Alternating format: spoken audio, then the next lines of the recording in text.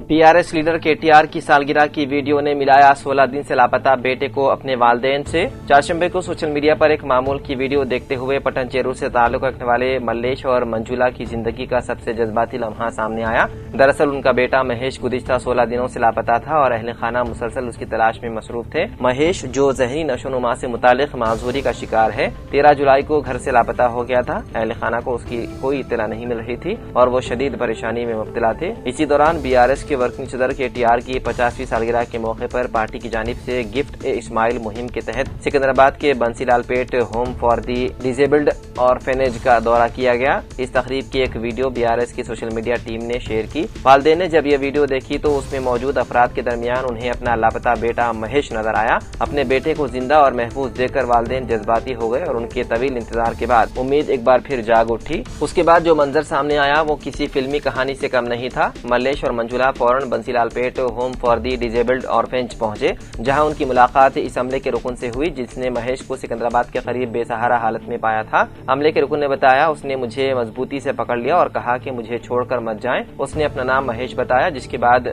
मैं उसे यतीम खाने ले आया। महेश को वालिदैन के हवाले करने से पहले अमले के रुकन ने मोहब्बत भरे अंदाज में उससे पूछा, तुम्हें अपने वालिदैन मिल गए हैं, क्या तुम उनके साथ जाना चाहते हो? इस सवाल पर महेश ने खुशी से अपने वालिदैन के साथ जाने की रजामंदी जाहिर की। वालिदैन ने यतीम खाने के अमले और मुतालिका हुक्काम का शुक्रिया अदा किया और अपने बेटे को साथ लेकर घर रवाना हो गए। इस तरह केटीआर की सालगिरह की तकरीब की एक वीडियो एक बिछड़े हुए खानदान को दोबारा मिलाने का सबब बन गई और एक खुशगवार अंजाम ने सबको जज्बाती कर दिया।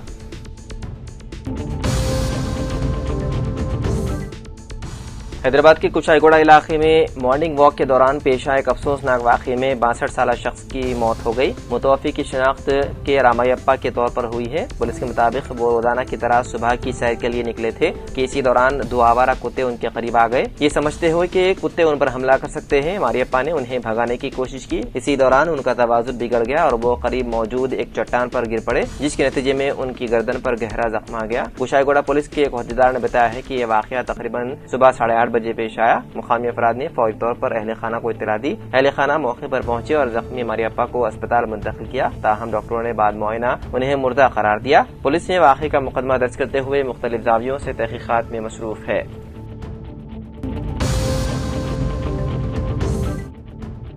हैदराबाद में एक अफसोसनाक हादसा पेश आया, जहां पर एक मजदूर लेजर कटिंग मशीन में गिरने के बाइस हलाक हो गया। यह हादसा चारशंबे के रोज चिल्लापल्ली में वाक़े सुदर्शन इंडस्ट्रीज में पेश आया। ज़राए के मुताबिक मशीन में गिरने की वजह से वर्कर का सर तन से जुदा हो गया। ये दिलखराश मंजर देखकर लोग सख्ते में आ गए। इतला मिलने पर पुलिस मौके पर पहुंची। महलूक की शनाख्त 37 साल सुरेश बाबू के तौर पर हुई है, जो रियासत आंध्र प्रदेश का रहने वाला बताया गया है। मुतालिका पुलिस ने इस मामले में केस दर्ज करते हुए तहकीकात शुरू कर दी।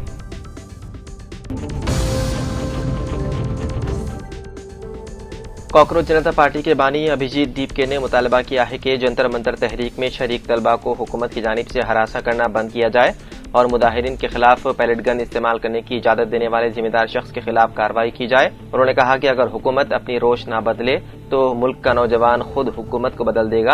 1 माह से ज्यादा अरसे तक जारी रहने वाले कौमी एहतजाज के बाद वो चारशंबे के रोज अपने आबाई शहर महाराष्ट्र के छत्रपति संभाजी नगर पहुंचे। हवाई अड्डे पर मीडिया से बातचीत करते हुए उन्होंने कहा कि पुलिस तलबा के घरों में जाकर उन्हें गिरफ्तार करने की धमकियां दे रही है। उन्होंने कहा कि तलबा इस मुल्क का मुस्तकबिल है, वो दहशतगर्द नहीं है। अगर उन्हें इसी तरह हरासा किया जाता रहा तो जैसे धर्मेंद्र प्रधान को तब्दील कर दिया गया, वैसे ही कल हुकूमत को भी बदल दिया जाएगा। बेहतर होगा कि वजीर आजम नरेंद्र मोदी अपने ओहदे से इस्तीफा दे दे और अपनी सलाहियत के मुताबिक एक इन्फ्लुएंसर बन जाए। तलबा का गुस्सा अभी ठंडा नहीं हुआ है और जरूरत पड़ी तो इससे भी बड़ा एहतजाज दोबारा शुरू करेंगे। इस मौके पर अभिजीत दीपके की वालिदा अनिता दीपके ने याद दिलाया कि जब सीजेपी नई कायम हुई थी तो उन्हें एक वीडियो के जरिए धमकी दी गई थी कि अगर तुम बीजेपी में शामिल नहीं हुए तो तुम्हारे वालिदैन को मुश्किलात का सामना करना पड़ेगा। उन्होंने बताया है कि उन्हीं धमकियों के बाइस उन्हें छत्रपति संभाजी नगर छोड़कर तकरीबन 15 दिन तक कोंकण के इलाके में अपने रिश्तेदारों के घर पनाह लेनी पड़ी।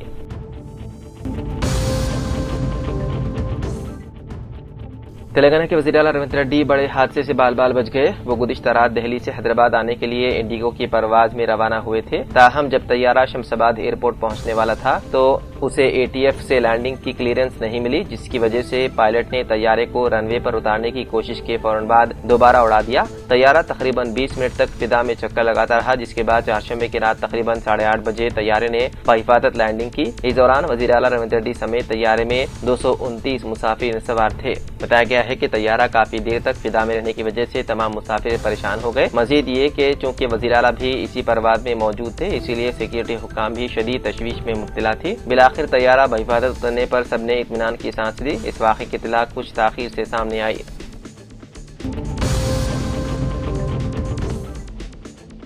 تلنگانہ کے جگتیہ ضلع میں مسلسل ہو رہی موسلادھار بارش کے پیش نظر ضلع انتظامیہ نے جمعرات کو تمام سرکاری، امدادی اور خانگی اسکولوں کو تعطیل کا اعلان کیا ہے۔ ضلع تعلیمی آفیسر رامو نے بتایا ہے کہ یہ فیصلہ ضلع کلکٹر کی ہدایت پر لیا گیا ہے۔ انہوں نے کہا کہ آج کی تعطیل کے بدلے آئندہ دوسرے ہفتے کو ورکنگ ڈے کے طور پر منایا جائے گا۔ پہلے سے طے شدہ شیڈول کے مطابق تمام تربیتی پروگرام معمول کے مطابق جاری رہیں گے۔ وہیں محکمہ موسمیات نے آج تلنگانہ کے مختلف اضلاع میں موسلادھار سے انتہائی شدید بارش کی پیشن گوئی کی ہے اور ہائی الرٹ جاری کیا ہے۔ محکمہ کے مطابق ریاست کے شمالی اضلاع میں بارش کا سلسلہ مزید شدت اختیار کر سکتا ہے۔ محکمہ موسمیات نے منچریال، کریم نگر، راجنا سرسلہ، پیدا پلی، بھوپالا پلی، ملگو، جگتیال، آصف آباد، عادل آباد، نرمل، نظام آباد اور سدی پیٹ اضلاع کے لیے اورنج الرٹ جاری کیا ہے، جہاں شدید سے انتہائی شدید بارش ہونے کا امکان ہے۔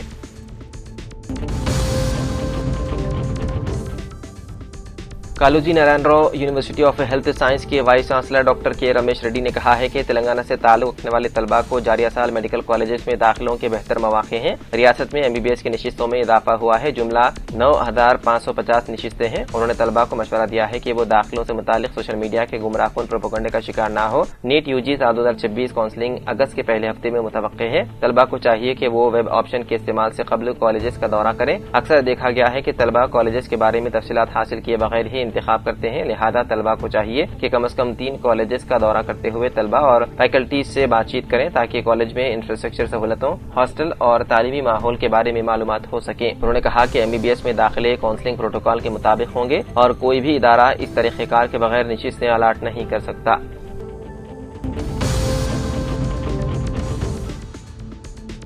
حج سال 2027 کے عازمین حج کے انتخاب کے لیے آج یعنی کہ 30 جولائی کو قراردادی عمل میں آئے گی۔ حج کمیٹی آف انڈیا کی جانب سے ملک کی تمام ریاستوں میں موصولہ درخواستوں کی قراردادی کے ذریعے ہندوستان کے عازمین حج کا انتخاب کیا جائے گا۔ منتخب عازمین کو SMS کے ذریعے اطلاع دی جائے گی۔ مولانا سید شاہ غلام افضل بیابانی خسرو پاشا صدر نشین تلنگانہ حج کمیٹی نے بتایا ہے کہ تلنگانہ حج کمیٹی کو 11,708 درخواستیں موصول ہوئی ہے، جن میں 818 محفوظ زمرے کے تحت یعنی 65 سال سے زائد عمر کے عازمین ہیں۔ عام زمرے میں 10,622 درخواستیں موصول ہوئی۔ محرم کے بغیر 45 سال سے زائد عمر کے 68 درخواستیں موصول ہوئی۔ عام زمرے کی 2026 ویٹنگ لسٹ کی درخواستیں 186 موصول ہوئی ہیں۔ قراردادی کے بعد فہرست کو حج کمیٹی آف انڈیا کی ویب سائٹ پر پیش کیا جائے گا۔ درخواست گزار تفصیلات کے لیے تلنگانہ حج کمیٹی کے دفتر سے فون نمبر 04023298793 پر رابطہ پیدا کر سکتے ہیں۔